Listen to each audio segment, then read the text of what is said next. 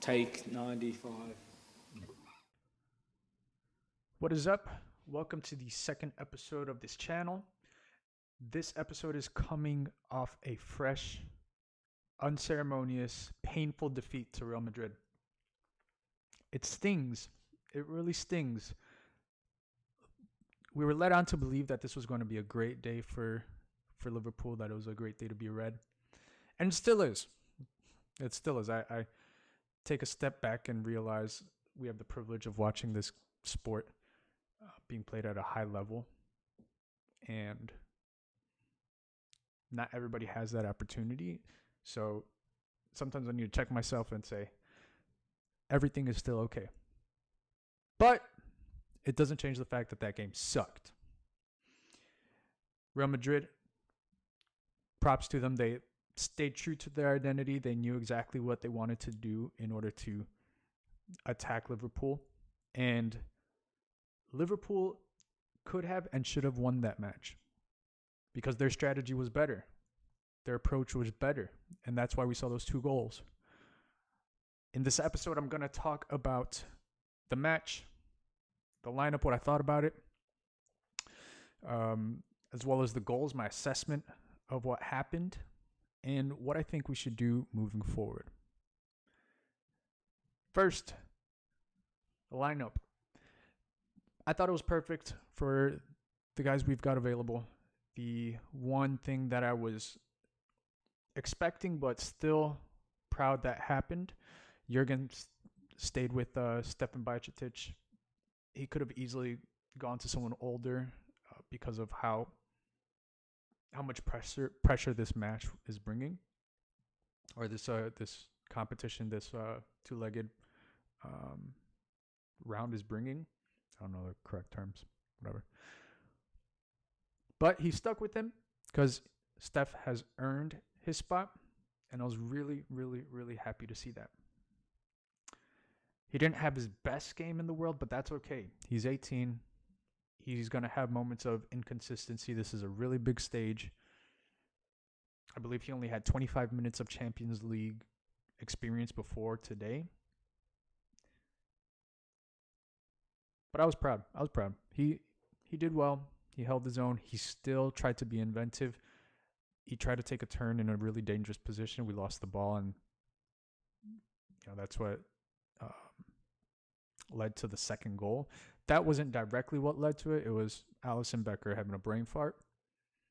But Steph, he tried to be a little too creative in a dangerous position, and it didn't work out. But that's okay. It happens. We should have better responses than what we did. The high press. So Jurgen stuck with the high press, and it worked. It worked beautifully. They didn't have a response for it during the first half. Not the first half, for those first 2 goals. But it's not sustainable. And we saw that. Jordan Henderson was the first to show. He doesn't have the legs to continue that for an entire half, never mind 60 minutes. He's not playing 90 minutes anymore. That's why I say 60. But we took those 2 goals and continued that high press. And as soon as Jordan Henderson started getting tired, he started making bad decisions, bad passes. There was a moment he lost the ball, and his immediate reaction was to throw his arms up and have a little bit of a tantrum. And we need people who are going to react.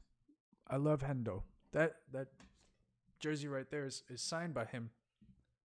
I love Jordan Henderson.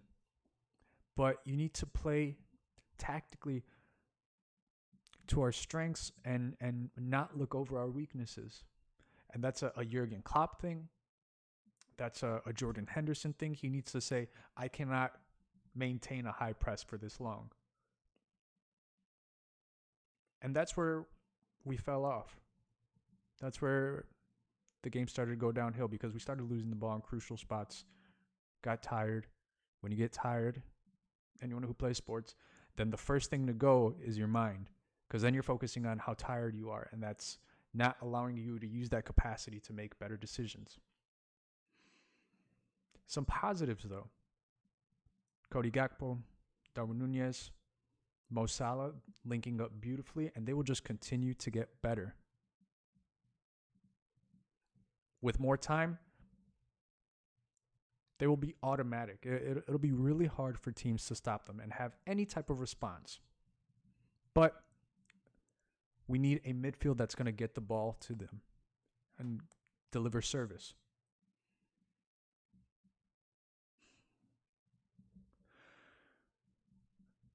Onto the defense, at least for the beginning portion of that match.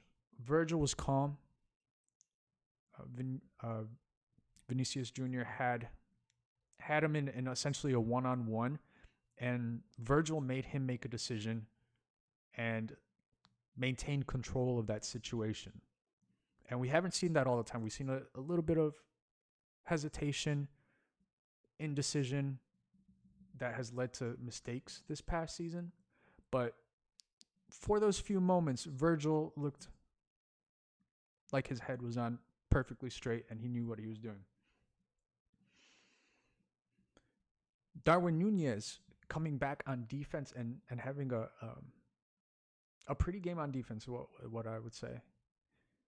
And that's what I love about him. He's got a constant motor, and he doesn't stay at the halfway mark or have an ego that says, I'm here to score goals and nothing else. He hustles. He works his ass off to get back on defense, and that's what you love. But again, wasn't sustainable. So those first two goals, amazing finish by Darwin. No business making that type of attempt on a world-class goalkeeper like Thibaut Courtois. But he did it. It went in. And me, like many other people, it was bliss. Absolute bliss. The next goal.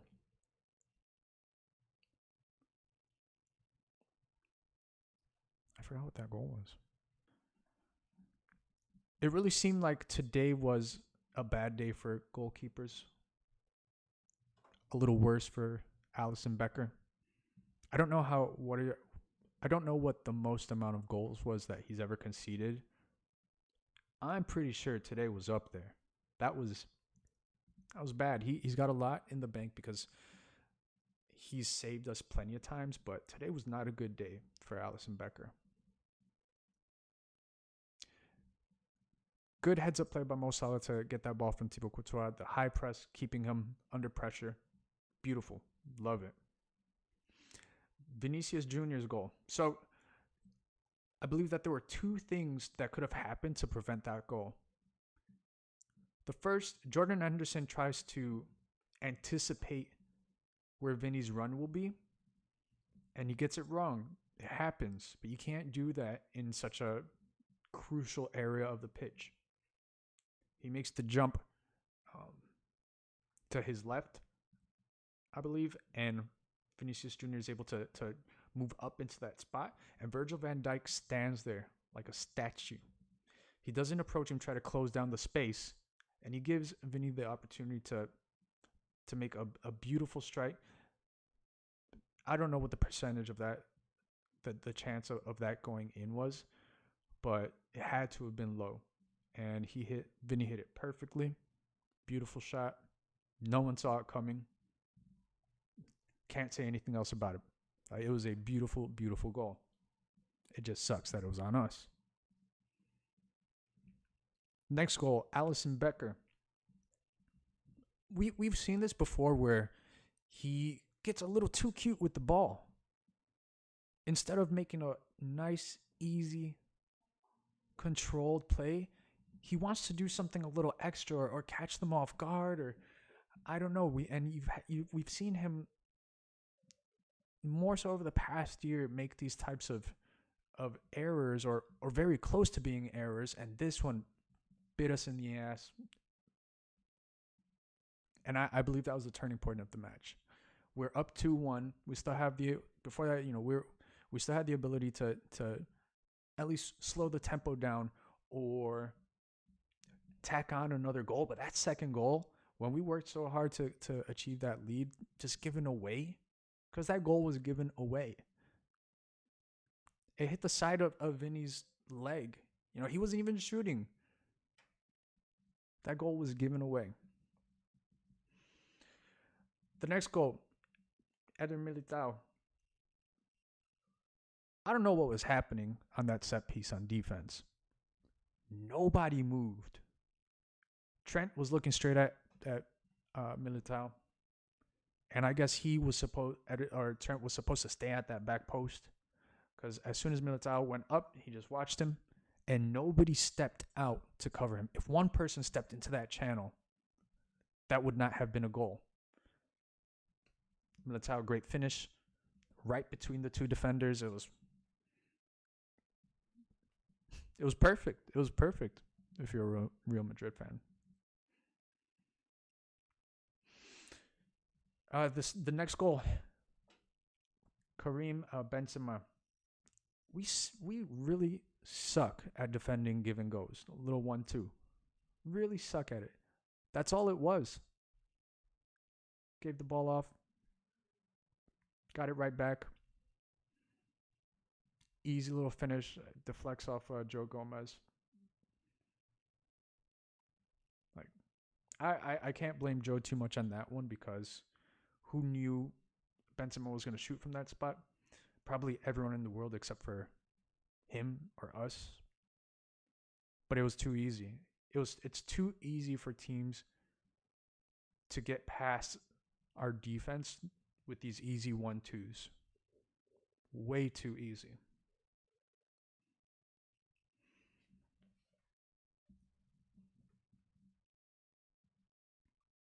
And I don't know if that was the last goal. I'm losing count. Doesn't matter. I don't care.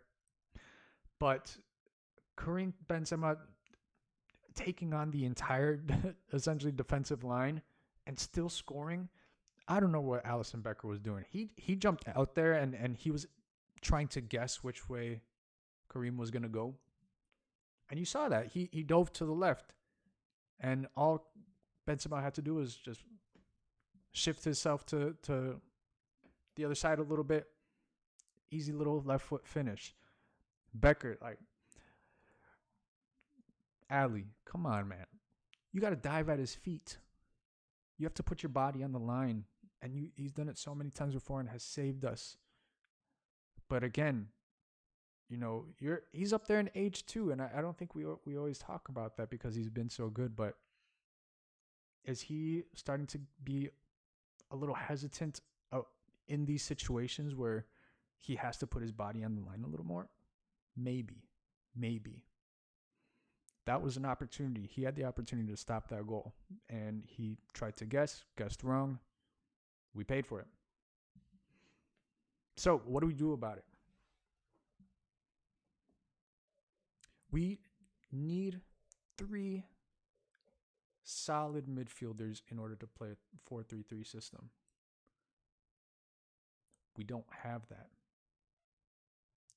Right now we have Stefan Bajcetic and sometimes Thiago.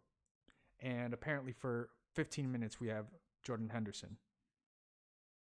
So we have like 2 midfielders. Fabinho, he looked a little better. When he lost the ball, he was walking, which led to that Real Madrid counterattack. He doesn't have legs anymore. He doesn't have the legs to track back on defense if he makes mistakes, and he's making mistakes. So I stick by that. We've got Stefan Bajcetic and 25% of Hendo, and then whatever percent of Thiago when he's available. So I think we need to switch to a 4-2-3-1 system. Right now we're overloaded with forwards. We are underloaded, if that's correctly used, with midfielders. So we need to play to a system in a system that plays to our strengths. If when we get Ibu back, then throw him back in there for Joe Gomez. Joe Gomez, he's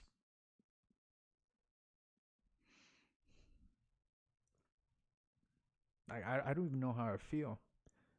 It's easy for him to get shit on because he does make a lot of goofy mistakes, like the foul at the edge of the box.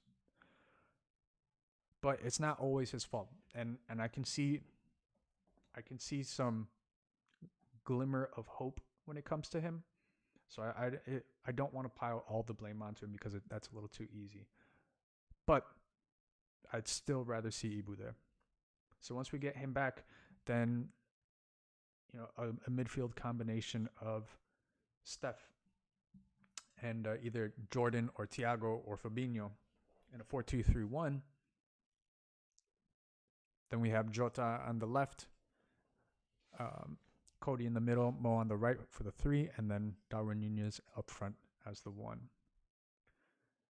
The argument against that is that we lose a bit of our defensive prowess by giving that extra spot to a forward.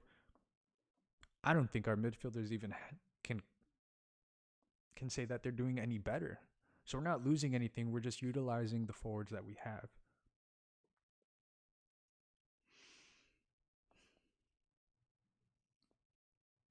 Transfer window. We need midfielders. I don't know why I'm saying it because it's so obvious. If we do not get Jude Bellingham, this fan base will be crushed. I might cry. I will cry. I know I will, but I'm trying to say might. That way there's a little room of potential, stoicism, but it's not going to happen. I will cry because I don't know where you go from there. If we don't get Jude Bellingham, at least at this point, who do we sign that helps us rebuild this midfield? Jude Bellingham is not going to be a complete problem solver, but he's going to ignite this fan base because of how long we've wanted him to play for Liverpool, how we've been led to believe that he loves Liverpool too. But I don't know who the alternative is right now. Enzo would have been nice, but that price tag was absurd. And it looks like he's playing well for Chelsea. He looks like he's going to be a quality player. Over £100 million. I don't know. I don't know if that is accurate, if that's what he should have gone for. But he would have been nice. That would have been a nice little addition to the midfield. We'll see. So Jude Bellingham, it's not Bellingham. I think it's Bellingham a bust unless we sign, someone on kind of a Rabo status where he comes in under the radar. Little transfer fee, was it £7 million for Rabo, and then he blossoms into a star for Liverpool. That would be nice, but we need a little more of a sure thing at this point. We need to invest in stars. We have a lot of players that are projects, but we need stars, man. Jude Bellingham or bust. I don't know what would reinvigorate a fan base if we don't get him. So 4-2-3-1, Jude Bellingham. Need players to be healthy. I don't know what's going on with this medical staff. I'm a Chicago Bulls fan as well. And forever and ever, the Bulls had these injury issues. And as soon as there was a regime change with the front office, they got rid of the medical staff, and there's been improvements. The Bulls are still having a horrible time. But it shows that sometimes change is needed in the medical department. I'm not in there, so I can't say exactly if that's the case, but it needs to be looked into. Is it the training? Is it the nutrition?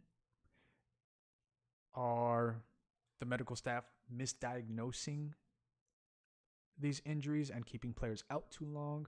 Are they overlooking other injuries that are just compounded when these little episodes occur?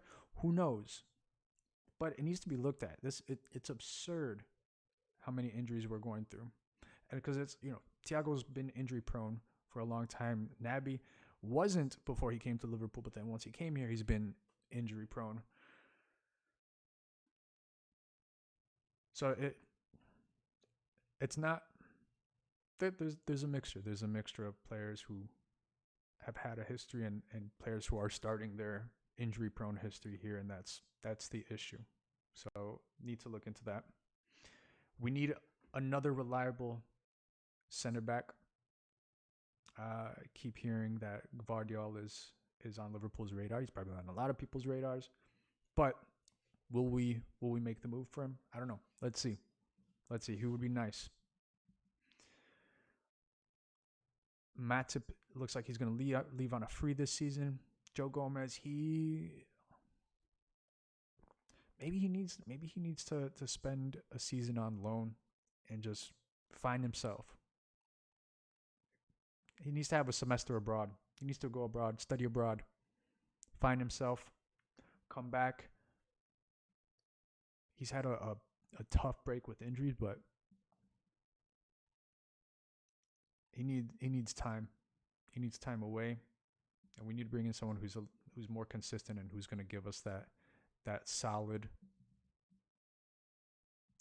pairing with Virgil, and then in the future with Ibu. Because Joe Gomez is struggling right now. Love the guy. I'm a fan. I'm a supporter. I'm a fan and supporter of every guy in the team. But he needs something. He needs to change something. And the last thing is fans. We're fans and supporters of this club. The last thing that we need to be doing is turning on it. That's not going to help anything. We need to look at ourselves and say, how can we best support the team, the community, the sport, and do that, keeping a positive mindset that this is still a beautiful game. I'm still going to go out in 2 days and kick the ball around with some friends and enjoy myself. The essence of this game is enjoyment, fun, happiness, love. Remember that. Use that as fuel and motivation to support your club. Without fans, it's hard. It's hard for a team to create momentum without it. It'll be interesting to see the next match. I'm predicting a 2-0 win for Liverpool because I think they'll be angry. I think they'll realize that their chances of making it to a Champions League final after that performance are pretty slim, and that they need to get into the top four for Champions League. I don't think that Jude Bellingham will necessarily be completely deterred if we don't make it into the top four. He seems like a player who cares more about the feeling of a club and a fan base and a field than he does about the fame and glory. Liverpool has those things. It has the culture. It has the love. It has the belief and the hope. And I don't think that Jude will look at this and say, I can't go there. Because we're seeing glimpses of good. That's my ringtone. Salah. But we're seeing these glimpses of development and quality. But if we look like we're a team that's falling apart, and doesn't even show any quality to close out the season, then that's where he's going to have doubts. He doesn't want to go somewhere where his career is going to tank. I don't think he's the type of player that will go to Real Madrid if he doesn't have to, because he's just going to be another cog in the system.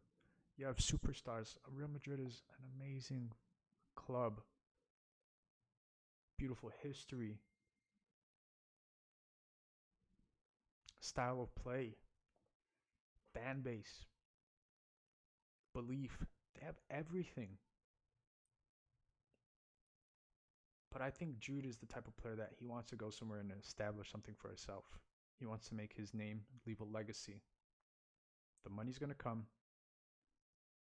I mean, at this age, the money's there. So I don't see him going to Real Madrid if he doesn't have to. And the only way he's going to be forced to make that decision is if we do it for him. If Liverpool falls apart at the seams and just doesn't look like a club with any type of will or hope or vision or guts, then he's not going to want to come. I don't blame him. Break my heart if he doesn't, but we'll see. We shall see. Thanks for watching. Next video will be out. I don't know. We'll see what happens. Looking forward to next match. Gotta mend this broken heart in the meantime. Peace.